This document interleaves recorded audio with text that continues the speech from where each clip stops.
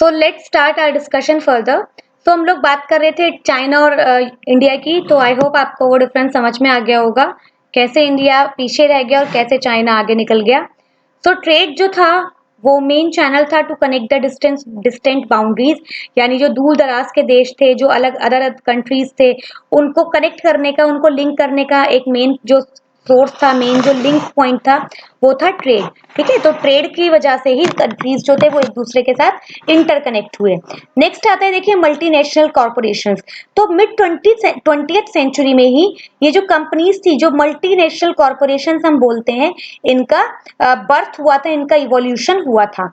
अब ये multinational corporations क्या होती हैं? देखिए मल्टीनेशनल कॉर्पोरेशन के नाम से पहले हम समझने की कोशिश करते हैं। Multi means more than one, national means in nations, corporations means the companies. So the companies, the corporations which work in more than one nations, more than one countries, वो कंपनीज जिनका बिजनेस, जिनका trade, जिनका व्यापार एक से ज्यादा देशों में चलता है, वो कंपनीज मल्टीनेशनल कॉर्पोरेशंस होती हैं। और ये वो कंपनीज होती है जो ऑन करती हैं या कंट्रोल करती हैं production in more than one nation, यानी कि या तो इनका पूरा का पूरा ओवरऑल जो कंट्रोल है इन्हीं के हाथों में है, या फिर जो maximum majority share holding power है वो इन कंपनीज के पास है अदर कंट्रीज में। तो इन्हीं कंपनीज को क्या बोला जाता है? MNCs, multinational corporation. तो आज की डेट में जो जो मोस्ट ऑफ द कंपनीज है वर्ल्ड की, वो क्या है? आपकी एमएनसीज हैं। ठीक है, क्यों? क्योंकि एक वो कंपनीज जो है एक ही कंट्री तक लिमिट नहीं है, they have spread their business, their trade, their wings in the other countries also. तो that's why they have become the multinational corporations.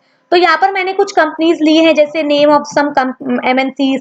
So I hope आपने पढ़ा होगा, देखा होगा, और ये बहुत वेल फेम्ड कंपनी मैंने ली है ताकि आप इनको इजीली रिकॉग्नाइज कर सकें। तो एप्पल, कोका कोला, नेस्ले, ये सारे जो कंपनीज हैं हम लोग इनको जानते हैं, इनके प्रोडक्ट्स यूज भी करते हैं, एफएमसीजी कंपनीज हैं ये।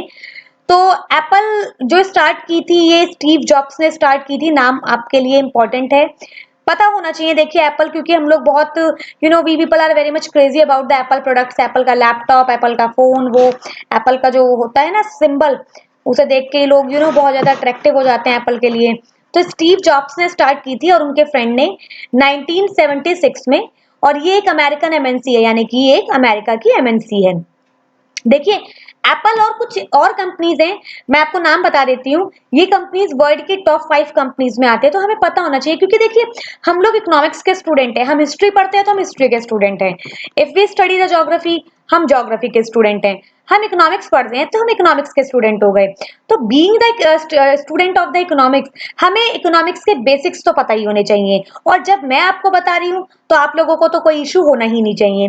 तो देखिए दुनिया की जो टॉप 5 कंपनीज हैं, तो टॉप 5 एमएनसीज बोल दीजिए, या फिर जो वर्ल्ड की टॉप 5 कंपनीज हैं वो कौन सी हैं? उनमें एक नाम एप्पल का आता है। दैट्स वाई मैं आप लोगों को बता देती हूँ। Number 1 Apple, number 2 Amazon, number 3 alphabet, number 4 Facebook, and number 5 Microsoft. These 5 companies are the top 5 companies of the world। ये टॉप 5 हैं। समझ में आ रहा है? एप्पल, Amazon, जो Amazon है, और नेक्स्ट आपकी फेसबुक है, एंड माइक्रोसॉफ्ट है। ये 4 तो आप लोग फैमिलियर होंगे, बट शायद आपने अल्फाबेट नहीं सुना होगा। तो अल्फाबेट के बारे में मैं आपको बता देती हूँ। Alphabet is the parent company of the Google. Google जो वेब ब्राउजर है, जो सर्च इंजन है, अमेरिका का है, ये यूएसए का है। लेकिन इसकी जो पेरेंट कंपनी है, जो होल्डिंग कंपनी है, दैट इज द अल्फाबेट। तो अल्फाबेट के नाम से है। तो अल्फाबेट जो है, यानी कि आपका गूगल ही है, जो है, it also lie in the top most 5 companies of the world. Next आते हैं कोका कोला। तो कोका कोला का स्टैब्लिश कब हुआ था? ये कब बनी थी? 1886 में बनी थी। और कब बनाई थी इसको? ये बनाई थी बाय एजा ब्रिक्स कैंडलर ने। और जो थम्स अप है, फेंटा, माजा, ये जितने भी जो मतलब कोल्ड ड्रिंक्स हैं, जो सॉफ्ट ड्रिंक्स हैं, ये कुछ बिवरेजेस हैं जो इस कंपनी के द्वारा लाए गए हैं, यानी कि इस कंपनी के ही ब्रांड्स हैं, थम्स अप, फेंटा, माजा और अदर्स। फिर नेस्ले कंपनी है। देखिए नेस्ले जो कंपनी है, it is a Swiss company. ये स्विट्जरलैंड बेस्ड फूड कंपनी है, एफएमसीजी है। एफएमसीजी मैं आपको बता देती हूँ क्या होता है। एफएमसीजी कंपनीज का फुल फॉर्म होता है, देखिए पहले फुल फॉर्म जान लेते हैं। Fast moving consumer goods. Fast moving consumer goods, ठीक है। फास्ट मूविंग कंज्यूमर गुड्स वो सारे गुड्स होते हैं, वो सारे प्रोडक्ट्स होते हैं जो हम लोग बहुत फ्रीक्वेंटली यूज करते हैं, यानी जो हमारी डेली नीड्स होती है, ब्रेड बटर, कॉस्मेटिक्स और सोप, टूथपेस्ट, सारी चीजें जो हमारी डेली रूटीन की लाइफ में हमको चाहिए होती है, वो एफएमसीजी प्रोडक्ट्स में आते हैं। तो जैसे हिंदुस्तान यूनिलीवर कंपनी है इंडिया की, नेस्ले हो गया, आईटीसी हो गया, तो ये जो कंपनीज हैं ये एफएमसीजी सेक्टर में डील करती हैं, मतलब ऐसे प्रोडक्ट्स बनाती हैं जो डेली लाइफ की नीड्स होती हैं उनको फुलफिल करती हैं। तो स्विट्जरलैंड बेस्ड कंपनी है नेस्ले, और ये इसने अपना जो एमएनसी इंट्रोड्यूस किया था इंडिया में वो 1912 में स्टार्ट किया था। आप समझ रहे हैं ना 1912 कौन सा टाइम पीरियड है, बिफोर इंडिपेंडेंस, यानी नेस्ले तो यानी यूरोप तो पहले से ही इंडिया में अपने पैर बिल्कुल आराम से लेके बैठा हुआ था। 1912 में चलिए कमेंट सेक्शन में आप लोग मुझे बताइएगा कि who was the viceroy of India, viceroy and secretary of state of India in 1912। 1912 में भारत का वायसराय और सेक्रेटरी ऑफ स्टेट कौन था? ठीक है, ये आप लोग मुझे कमेंट सेक्शन में each and every student should answer. आप लोग मुझे आंसर देंगे तो ही मैं आप लोगों के जो डाउट्स होंगे उनको बहुत अच्छे से डील करूंगी, अदरवाइज मैं भी आप लोगों के साथ ऐसे ही मतलब शॉर्ट में बात करूंगी जैसे आप लोग करते हैं। Then some of its selling products, अब देखिए नेस्ले के कुछ प्रोडक्ट्स हैं लाइक नेस्कैफे, मैगी, ये ब्रांड्स हैं। नेस्ले, नेस्ले मिल्क हो गया, फिर किटकैट हो गया, बैरोन हो गया एंड मिल्की बार चॉकलेट्स वगैरह, ये इसके कुछ प्रोडक्ट्स हैं जो नेस्ले कंपनी के नाम से फेमस हैं। नेक्स्ट इसमें हम आता है देखिए इमेजेस तो आपने देख ही रखी होंगी, खाते भी हैं आप लोग तो कोई बहुत बड़ी चीज नहीं है। नेक्स्ट मूव हम लोग करते हैं मल्टीनेशनल कॉर्पोरेशन, जैसा कि मैंने आपको अभी मीनिंग बताया है एमएनसी का। तो एमएनसी का मतलब वही हो गया the corporations, the companies which trade in more than one Nations. वो कंपनीज, देखिए टर्म्स आपको याद रखनी है, टर्म्स से ही आपको मीनिंग क्लियर करना है, क्योंकि लाइन आपको अभी याद हो जाएगी, आप डेफिनेशन अभी रट लेंगे, but when you will sit in the examination hall वो इतनी सारी डेफिनेशन हो जाएगी you will be unable to recall, exact language आप नहीं पकड़ पाएंगे।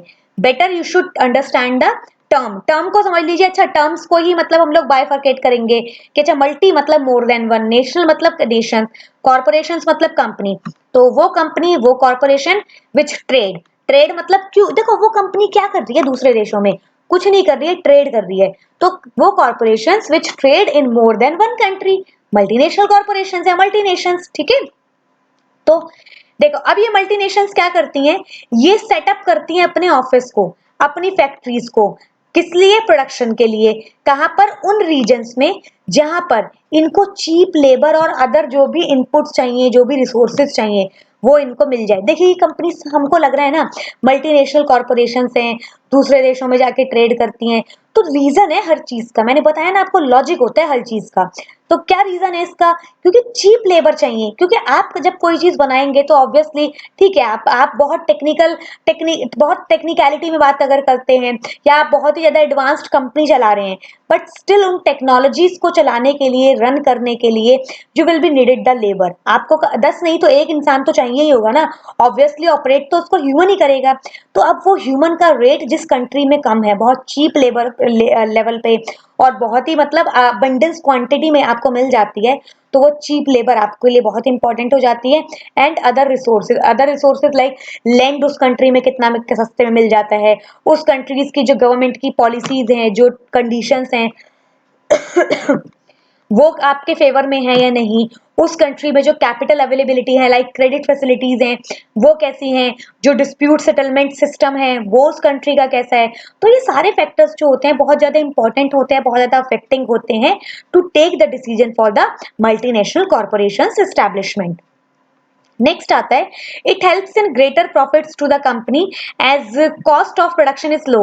अब देखिए ये कंपनीज जब दूसरे देशों में जाती हैं तो मेन इनका क्या प्रॉफिट होता है, क्या होता है, कॉस्ट ऑफ प्रोडक्शन, यानी कि जो भी प्रोडक्शन करने का जो ओवरऑल कॉस्ट आया है वो इनको कम हो जाता है। कॉस्ट कम हो जाता है मतलब जो लागत आई है किसी भी गुड्स को बनाने में, किसी प्रोडक्ट को बनाने में, वो कम आई है। अब ऑब्वियसली जब आपका सामान, जो भी गुड या प्रोडक्ट आप बना रहे हैं वो सस्ते में बनेगा, वो चीप प्राइस के साथ बनेगा आपका, तो आपका जो प्रॉफिट मार्जिन है आप उसको अपने अकॉर्डिंगली ऐड करेंगे और ओवरऑल जो फाइनल प्राइस है आप उसको मार्केट प्राइस सेट करेंगे और उसको सेल आउट कर देंगे।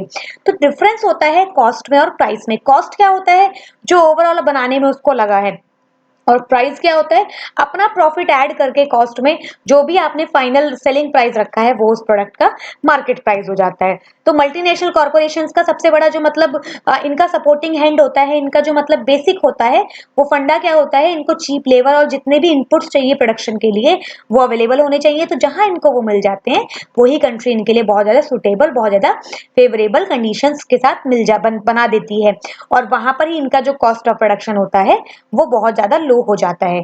तो आई होप आपको यहाँ पर समझ में आया होगा, और जो भी आप लोगों के डाउट्स हैं इस पर्टिकुलर लेक्चर के रिगार्डिंग आप लोग कमेंट सेक्शन में मुझसे वहां पर पूछ सकते हैं, और उसके बाद फर्दर हम अपने आपके साथ उसको लाइव क्लास में डिस्कस करते हैं। तो थैंक यू।